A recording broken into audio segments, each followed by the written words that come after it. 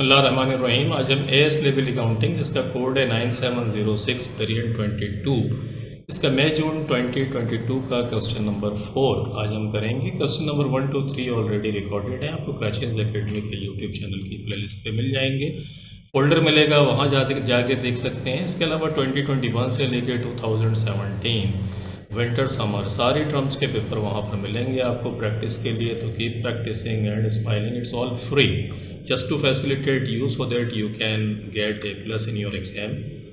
So wish you all the best. आपके exams भी बिल्कुल करीब हैं, तो जितनी प्रैक्टिस आप कर सकते हैं करें। अकाउंटिंग के अंदर दो ही चीज़ें होती हैं, एक कंसेप्ट है आपकी, एक प्रैक्टिस है। कंसेप्ट बहुत अच्छे भी हैं, if you are not practicing then you will be in hot water.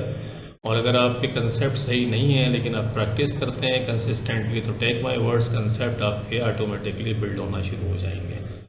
तो with all this let's start question number 4। बहुत इंपॉर्टेंट है, हर साल कहीं ना कहीं ये सवाल तो आता ही है, और एब्जॉर्प्शन एंड मार्जिनल कॉस्टिंग से रिलेट्स करता है। तो let's see, F limited is a manufacturing company which uses absorption costing at one of its factories. के एब्जॉर्प्शन कॉस्टिंग इस्तेमाल करती है। क्या होती है एब्जॉर्प्शन कॉस्टिंग? कि जिसमें जो फिक्स्ड एक्सपेंसेस होते हैं सारे के सारे, उसका कुछ पार्ट जो है उसको हम अपनी कॉस्ट ऑफ सेल्स कैलकुलेट करने के लिए फिक्स कॉस्ट को इस्तेमाल करते हैं, और एंडिंग इन्वेंट्री की फॉर्म में वो नेक्स्ट ईयर ट्रांसफ़र भी होती है उसकी। और मार्जिनल कॉस्टिंग क्या होती है? जिसमें टोटल जो फिक्स कॉस्ट होती है वो उसी साल हम एज एन एक्सपेंस बना के हम उसे ख़त्म कर देते हैं। तो नेक्स्ट ईयर एंडिंग इन्वेंट्री के अंदर कोई भी फिक्स कॉस्ट नेक्स्ट ईयर के अंदर ट्रांसफ़र नहीं होती। नॉर्मली एब्जॉर्प्शन कॉस्टिंग जब यूज़ करते हैं तो कंपनी, अगर आपकी पब्लिक लिमिटेड कंपनी है तो टैक्स पर्पस के लिए जो अकाउंट्स बनाए जाते हैं वो फिर एब्जॉर्प्शन कॉस्टिंग को इस्तेमाल करके बनाए जाते हैं, मार्जिनल कॉस्टिंग को नहीं, क्योंकि ओवरऑल टैक्स जो है वो ओवरऑल प्रॉफिट को देखता है, आपकी वो मार्जिनल कॉस्टिंग के अंदर इंटरेस्टेड नहीं होता। तो this factory has 2 production department and 2 service department. ये जो कंपनी जिसकी हम बात कर रहे हैं, जिसमें ये एब्जॉर्प्शन कॉस्टिंग इस्तेमाल करते हैं, उसमें 2 प्रोडक्शन डिपार्टमेंट है और 2 सर्विस डिपार्टमेंट है। Budgeted cost have already been allocated and apportioned. Allocated and apportioned के अंदर क्या फ़र्क होता है? देखिए, एलोकेशन ये होती है कि अगर कॉस्ट ट्रेसेबल है, डायरेक्ट अगर कोई ऐसी कॉस्ट है जो, जैसे मिसाल के तौर पे फिनिशिंग डिपार्टमेंट और असेंबली डिपार्टमेंट, अगर 2 डिपार्टमेंट है और इनके अंदर जो लेबर काम करती है उनकी कॉस्ट तो एग्जैक्टली आइडेंटिफाइबल है, तो जो कॉस्ट इजीली आइडेंटिफाइबल हो किसी डिपार्टमेंट के साथ, उसको एलोकेशन कहते हैं। क्या आपने उस डिपार्टमेंट को एलोकेट कर दिया। जैसे मैं आसान एग्जांपल देता हूँ आपको, प्रोडक्शन में जितने लोग काम करते हैं वो एलोकेट हो जाएंगे उस डिपार्टमेंट में उनकी कॉस्ट, क्योंकि वो काम ही प्रोडक्शन डिपार्टमेंट के अंदर कर रहे हैं। जो सर्विसेज जो असेंबली में कर रहे हैं उनकी कॉस्ट वहाँ चली जाएगी। लेकिन कुछ कॉस्ट ऐसी होती हैं कि जो आप एलोकेट नहीं कर सकते, वो सारे डिपार्टमेंट उस फैसिलिटीज़ को अवेल कर रहे होते हैं। जैसे फॉर एग्जाम्पल कैंटीन का खाना हर डिपार्टमेंट का आदमी खाएगा, तो फिर उसकी कॉस्ट जो होती है उसको हम अपोर्शन करते हैं। इसी तरीके से मेंटेनेंस डिपार्टमेंट है, मेंटेनेंस डिपार्टमेंट जो है वो उसकी फैसिलिटीज़ को, उसकी सर्विसेज को हर डिपार्टमेंट यूज़ कर रहा होता है, तो अब उसकी जो कॉस्ट होगी वो हम अपोर्शन करेंगे। तो याद रखिएगा कि एलोकेशन का मकसद है कि easily traceable with the department, कि वो ट्रेसेबल है उस डिपार्टमेंट के साथ, वो एलोकेट होती है, और जो ट्रेसेबल ना हो डिपार्टमेंट से, डिफरेंट डिपार्टमेंट उन सर्विसेज को ले रहे हों, तो वो अपोर्शन कहलाता है। इसने मांगा भी है आपसे, explain the meaning of each of the following terms allocation and apportion. यहाँ देख लेते हैं, charging overhead cost to a specific cost center. जो मैंने कहा था कि स्पेसिफिक कॉस्ट सेंटर को अगर आप चार्ज कर रहे हैं, where those overheads are clearly identified, कि वो क्लियरली आइडेंटिफाइड है with the cost and with that cost center से अगर क्लियरली आइडेंटिफाइड है तो हम कहेंगे कि ये एलोकेशन है। Overheads expenses are directly attributed to a specific cost center, whereas apportioned क्या होता है? charging overhead cost that cannot be clearly identified with a specific cost center to an appropriate level. Overhead expenses are shared between different departments by using a suitable basis, पर उसकी कोई basis लेके हम उसको apportion कर देते हैं। आगे आपसे कहता है कि state 1 benefits of using absorption costing. Absorption costing का एक बेनिफिट बताइए। तो ओवरऑल एक बेनिफिट इसका ये है कि टोटल कॉस्ट को एज ए होल देखती है, टैक्स पर्पस के अंदर काम आती है, टोटल प्रॉफिटेबिलिटी इससे कंपनी की पता चलती है। लिमिटेशन इसकी ये है कि ये अगर डिसीजन मेकिंग में हम इसको यूज़ करना चाहें तो ये ज़रा मुश्किल हो जाता है, क्योंकि टोटल कॉस्ट के अंदर वेरिएबल भी कॉस्ट होती है, और ये जो वेरिएबल कॉस्ट है उसको इनकॉर्पोरेट नहीं करती। तो सेल्स ये नंबर क्या है useful for determining A selling price, क्योंकि टोटल कॉस्ट आपको पता चल जाती है तो सेलिंग प्राइस आराम से निकाल लेते हैं। Avoid spreading fixed and variable cost, और इजी होती है क्योंकि फिक्स्ड एंड वेरिएबल कॉस्ट में आपको स्प्रेड करना ही नहीं होता है। Not useful for short term decision making, के शॉर्ट टर्म डिसीजन मेकिंग के अंदर इस्तेमाल नहीं होती, जैसे मैंने कहा क्योंकि not appropriate for monitoring the performance of manager. Responsibility accounting जो मार्जिनल कॉस्टिंग के थ्रू हम करते हैं वो इसमें नहीं होती। तो ये आपके थियोरेटिकल पार्ट्स थे। आगे आते हैं एडिशनल इन्फॉर्मेशन में, कहता है the budgeted cost for April 2022 before apportionment of the service departments overhead are as follows, के सर्विस डिपार्टमेंट को अपोर्शनमेंट करने से पहले ये पोजीशन थी। क्या थी? प्रोडक्शन डिपार्टमेंट दो हैं, असेंबली डिपार्टमेंट है, फिनिशिंग डिपार्टमेंट है। टोटल ओवरहेड कॉस्ट इनकी ये है। दो डिपार्टमेंट सर्विसेज हैं इनके, एक स्टोर डिपार्टमेंट है, एक मेंटेनेंस डिपार्टमेंट है। और स्टोर भी देखें, नॉर्मली सभी लोग स्टोर से माल इशू करा रहे होते हैं तो इसकी भी सर्विसेज हर डिपार्टमेंट ले रहा होता है, इसलिए इसको भी अपोर्शन करेंगे, एलोकेट नहीं करेंगे। देखिए ये जो कॉस्ट आपको नज़र आ रही है ये एक्चुअली है एलोकेटेड कॉस्ट, असेंबली डिपार्टमेंट की और फिनिशिंग डिपार्टमेंट की। ये जो दो कॉस्ट आपको नज़र आ रही है ये एलोकेटेड नहीं है, ये अपोर्शन होंगी, तो keep this in your mind. आगे कहता है the service departments overhead are appropriated to the production department by on the following basis. ये फॉलोइंग बेसिस भी इसने दे दी, ज़िंदगी आसान है। मेंटेनेंस डिपार्टमेंट की कॉस्ट को कहते हैं असेंबली में 60% लगा है, फिनिशिंग में 30% और स्टोर में 10%। और स्टोर डिपार्टमेंट का असेंबली में 75% है और फिनिशिंग में 25%। तो देखिए निकाल लें। अब जैसे ये स्टोर डिपार्टमेंट है, फिनिशिंग बल्कि मेंटेनेंस डिपार्टमेंट है, तो 10% निकालने हैं। इसका कितना आया 10%? 26,700 का, बल्कि ये जो आप देख रहे हैं मेंटेनेंस 26,700 मल्टीप्लाइड बाई 10%, 2670। तो ये आ गया 2670। और इसी काम या फिनिशिंग का निकालना है 30%, तो 26,700 मल्टीप्लाइड बाई 30%, 8010। और इसी तरीके से इसका अगर हम निकाल लें 60%, 16020।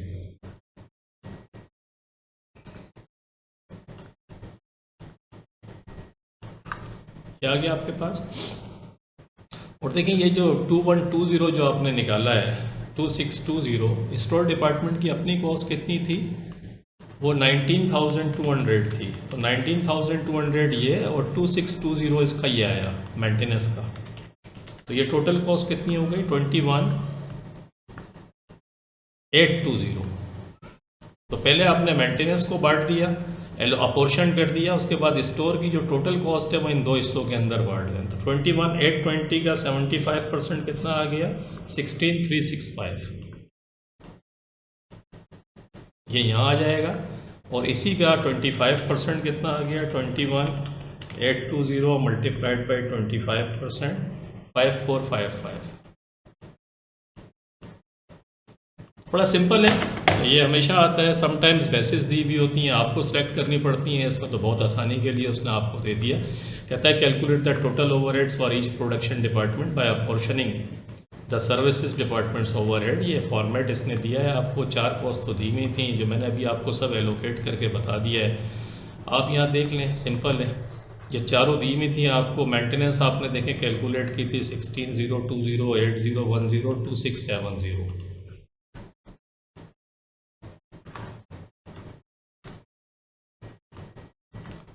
2620, 8010, 16,020। देखें ये ऐसे आ गया आपके पास सारा। इसके बाद इसका 16,403 थ्री, ये आपके पास आ गए 21,870। तो 21,870 का 75%, 16,403 आ गया आपके पास। ये 16,403 और 21,870 का 25% आपने निकाला तो 5,467। हम शायद यहाँ पर कुछ हमने 5,455, 16,365 हमने 21,820, 870 है ये, क्योंकि 19,200 और 2670 था ये। मैं इसको आई थिंक 2620 और ये जो हमने 21820 जो हमने निकाला था 19200 और 2620 21820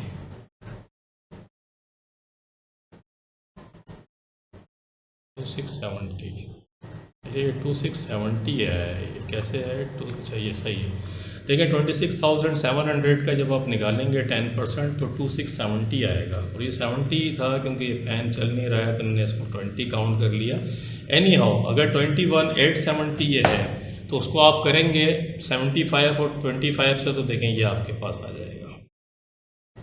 एक्चुअली कंसेप्ट यही है कि स्टोर डिपार्टमेंट के अंदर 2670 को प्लस किया आपने, ये आ गया और फिर इसका 75% आपने असेंबली के अंदर बांट दिया और 25% आपने फिनिशिंग डिपार्टमेंट के अंदर। तो 21,870 का 75% यहाँ आ गया असेंबली में और 25% यहाँ आ गया। इसको आप टोटल कर दें, ये सारी चीज़ें ज़ीरो आ गई।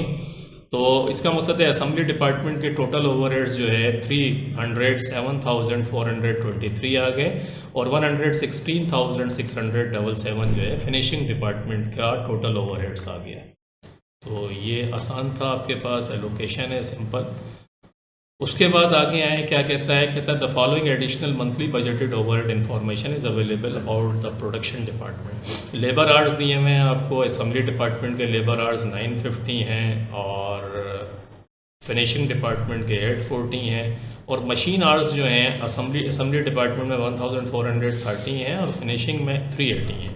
कहता है calculate the overhead absorption rate for each department to 2 decimal point. हर डिपार्टमेंट का आपको ओवरहेड रेट कैलकुलेट करना है। देखिए रेट कैलकुलेट करने के लिए आप एक चीज़ फार्मूला याद रखें, वो याद ये है कि जो जिसका नंबर ज़्यादा हो, जैसे मिसाल के तौर में अगर मैं असेंबली डिपार्टमेंट के अंदर देखूं तो असेंबली डिपार्टमेंट के जो लेबर आवर्स हैं वो 950 हैं, जबकि मशीन आवर्स कितने हैं 1430। देख रहे हैं आप, तो लेबर आवर्स ज़्यादा है, मशीन आवर्स ज़्यादा है। आपने देखा कि यार मशीन आवर्स ज़्यादा है असेंबली डिपार्टमेंट में।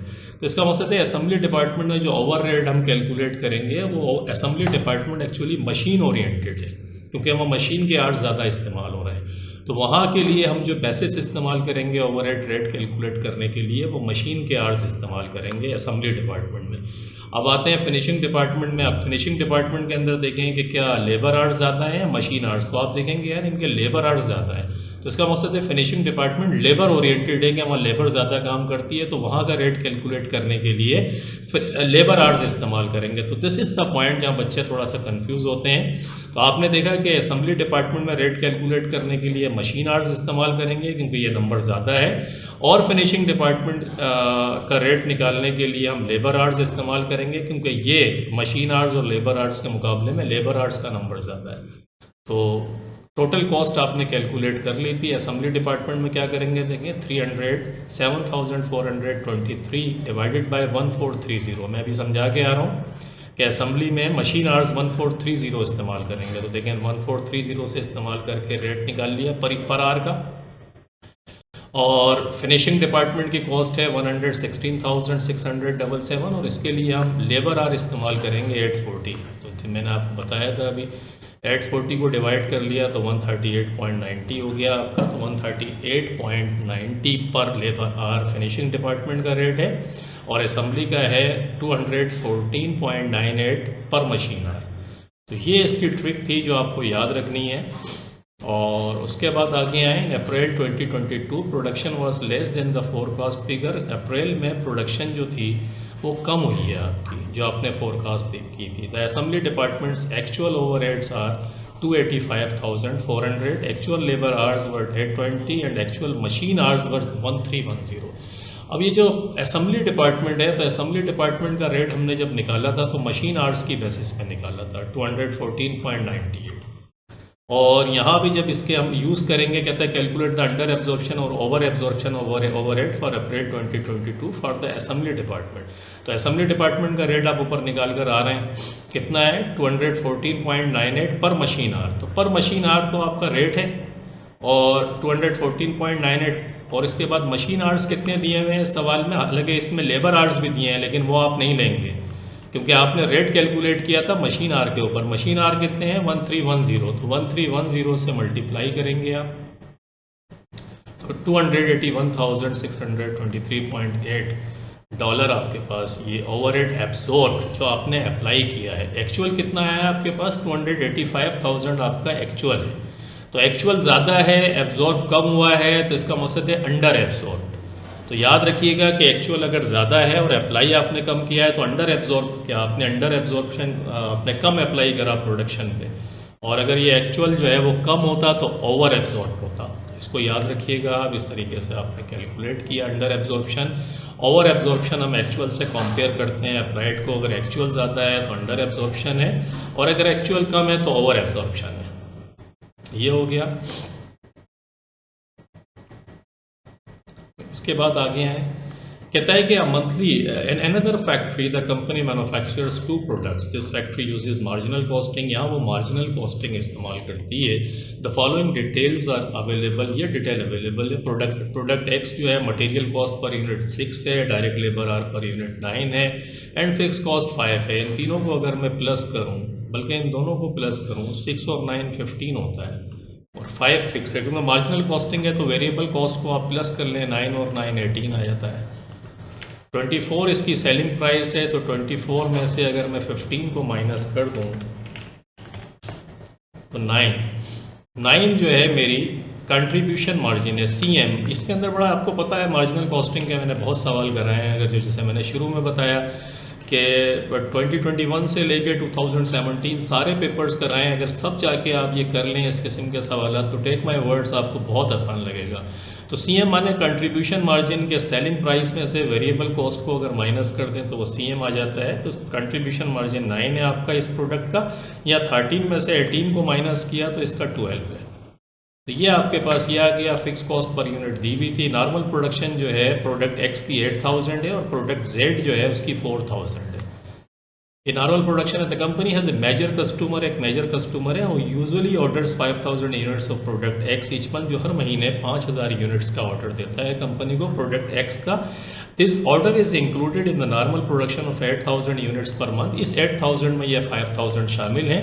इन May 2022 the customer has asked for 9000 units of product x के 9000 यूनिट्स उसने कहा कि भाई मुझे सप्लाई करें। If it is not possible to supply this quantity, the customer has informed the directors that they will place this entire order and all future orders with another company के, फिर वो किसी और कंपनी के पास चले जाएंगे। तो यहाँ मार्जिनल कॉस्टिंग हेल्प आउट करती है आपकी डिसीजन मेकिंग में, जो एब्जॉर्प्शन कॉस्टिंग नहीं कर सकती, जो उसने सवाल पूछा था। यहाँ लिमिटेशन है एब्जॉर्प्शन कॉस्टिंग की, क्योंकि वो टोटल कॉस्ट देखती है। यहाँ हम वेरिएबल और फिक्स में इसको डिवाइड करके देखते हैं, तो देखें क्या होता है। ऑप्शन, दो ऑप्शन हैं डायरेक्टर्स के पास। पहला ऑप्शन ये है कि stop manufacture of product Z की मैन्युफैक्चरिंग को रोक दें and devote all labour hours to the production of product X, और प्रोडक्ट एक्स जो है वो बनाए।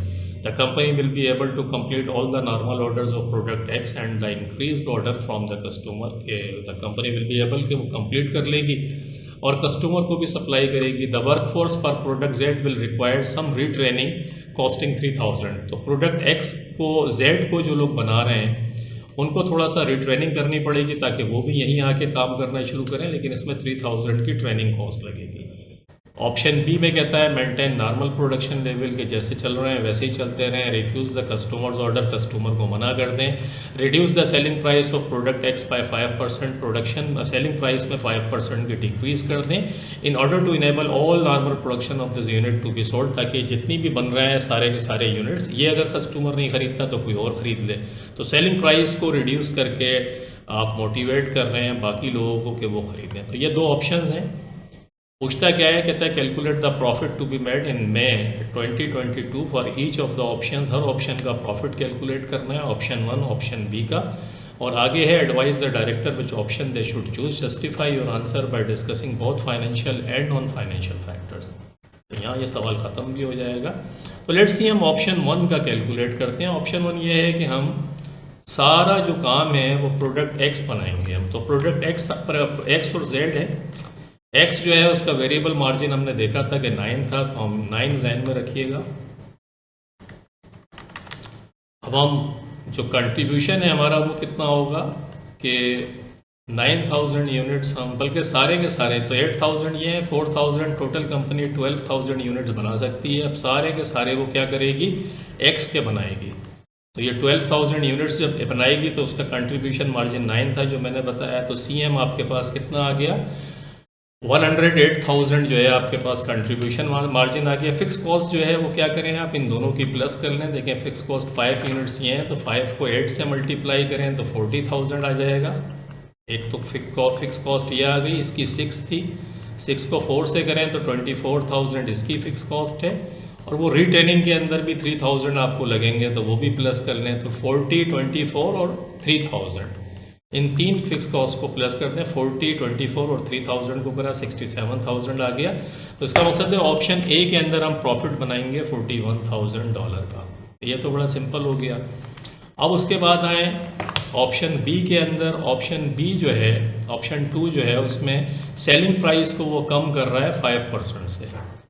तो 24 का 5% अगर लें तो 1.2 आएगा। 1.2 21 में से माइनस कर दें तो 24 माइनस 1.2 22.8 हो गया। 22.8 और 22.8 में से 15 को माइनस कर दें जो आपकी वेरिएबल कॉस्ट है।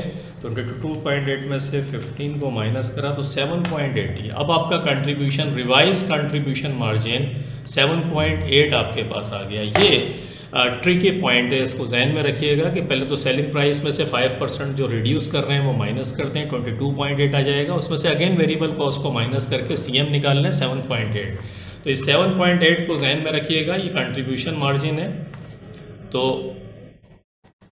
70 अब आप क्या कर रहे हैं, हम नॉर्मल पे जा रहे हैं। 8000 यूनिट्स हम पूरे के पूरे बनाएंगे एक्स के और 4000 जेड के बनाएंगे। इसका कंट्रीब्यूशन मार्जिन 7.8 हो गया। तो ये 62,400 आ गया। मल्टीप्लाई करके फिक्स कॉस्ट 40,000 थी, प्रॉफिट निकाल लिया।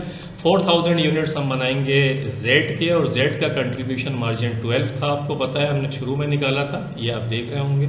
क्योंकि इसकी वेरिएबल कॉस्ट है 18 और सेलिंग प्राइस थी 30 में से 18 को करा तो 12 आ गया। 12 को 4000 से मल्टीप्लाई करा 48,000 आ गए और इसकी फिक्स कॉस्ट 24,000 थी।